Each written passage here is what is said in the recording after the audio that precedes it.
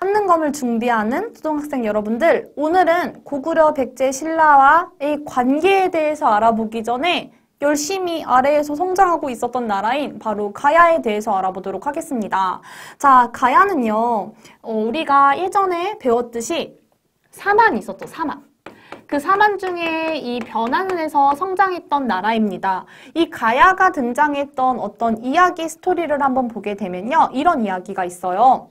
막 열심히 여기에 살던 사람들이, 어른들이 노래를 부르고 있었는데 노래를 부르자마자 하늘에서 황금상자가 내려왔대요. 그런데 이 황금상자를 열어보니까 6개의 알이 들어있었는데 이 알에서 사람이 태어난 거예요. 그래서 제일 먼저 이 알에서 등장했던 아이가 바로 김수로입니다. 그래서 그 6개의 알에서 태어났던 아이들이 각자 나라를 세웠는데요. 그 나라의 이름이 땡땡가야, 땡땡가야 이렇게 해서 6개의 가야가 만들어집니다. 6개의 가야가 만들어지는데요. 이 가야가 힘을 합쳐요. 힘을 합쳐서 연맹체를 만드는데요. 이 연맹체를 이끌어갈 가장 힘센 가야가 있어야겠죠. 그래서 처음에는 이 6개의 가야 중에 금관이라는 이름을 가진 이 금관가야가 이 6개의 가야를 이끌어갑니다. 이 금관가야를 세운 사람은 그 6개의 알 중에서 가장 먼저 태어난 바로 김수로입니다. 이 금관가야가 처음에 이 가야 연맹을 열심히 이끌게 돼요. 특히 이 가야는요, 철이 진짜 많이 생산되는 데였거든요. 질 좋은 철이 많이 생산되는 나라였어요. 그래서 이런 철 생산도 아주 활발하게 했고, 심지어 일본과 중국에서도 이 가야에 찾아와서 이 철을 조금 가져가려고 열심히 가야와 교류했던 흔적들도 나와 있습니다. 그래서 가야는 처음에 질 좋고 풍부한 철을 많이 생산하면서 이익을 챙기기도 했습니다.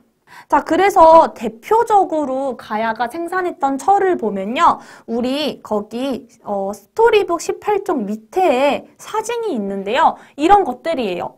뭐 금동관, 철제 투구와 갑옷도 만들고 말머리 가리개도 만들고 덩이 쇠도 만들어서 지금 무엇을 한 거냐면 가야가 이만큼 철로 만든 제품들이 굉장히 많이 나왔구나를 알 수 있습니다.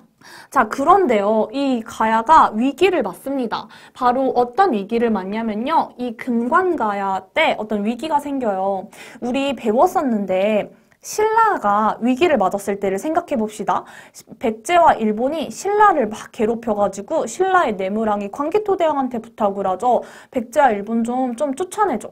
그래서 광개토대왕이 직접 가서 이 신라를 괴롭히는 백제와 일본을 쫓아냈는데요. 그 쫓아내는 과정 속에서 이 일본이 어디로 도망을 갔냐면 이 금관가요로 도망을 갔던 거예요.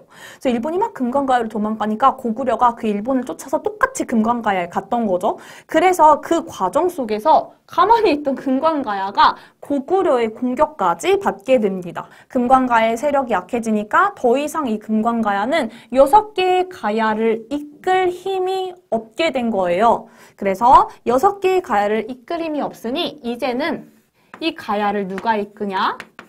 다른 가야였던 대가야가 이 6개의 가야를 열심히 이끌기 시작합니다. 열심히 이제 대가야가 막 이끌려고 했으나 이미 신라와 백제와 고구려는 많이 성장하고 있었죠. 이 가야가 그거를 따라잡기에는 너무 힘들었던 거예요. 그래서 결국 금관가야가 먼저 멸망하게 됩니다. 누구한테 멸망했나요? 버풍왕한테. 자, 금관가야가 멸망했다 그래서 다 끝난 건 아니에요. 왜? 뒤에서는 대가야가 나머지 가야를 이끌고 있었잖아요. 자, 그런데 이 가야를 이끌던 이 대가야까지도 멸망합니다. 누가? 버풍왕 다음에 이 진흥왕이 이 가야를 멸망시켰어요. 그래서 결국 가야의 힘은 굉장히 약해졌고 이 진흥왕과 이 가야의 힘은 굉장히 약해졌고 결국 이 신라가 이 가야를 하나로 병합하게 되면서 신라의 힘으로 이렇게 신라의 나라로 훅 이렇게 병합이 되게 되었답니다. 비록 가야는요, 신라에 의해서 병합됐지만 철도 굉장히 풍부해서 철로 된 물건이 뛰어났던 나라이기도 했고요. 그리고 두 번째로는 이 가야에는 굉장히 훌륭한 인물들이 많았어요. 우리 나중에 배울 거지만 삼국시대의 통일을 이끌었던 김유신 장군도 바로 이 가야 사람이고요. 가야금을 만들었던 천재적인 음악가 오륙도 바로 이 가야 사람이었습니다.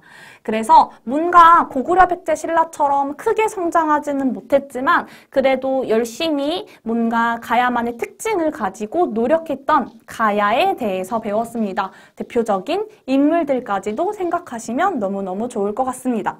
그러면 다시 돌아가서 우리 다음 시간 주제에서는 고구려 백제 신라가 갈등을 맺고 있죠. 이 갈등을 어떻게 풀어나가는지 결국 마지막 승자는 누가 될 것인지를 보도록 하겠습니다.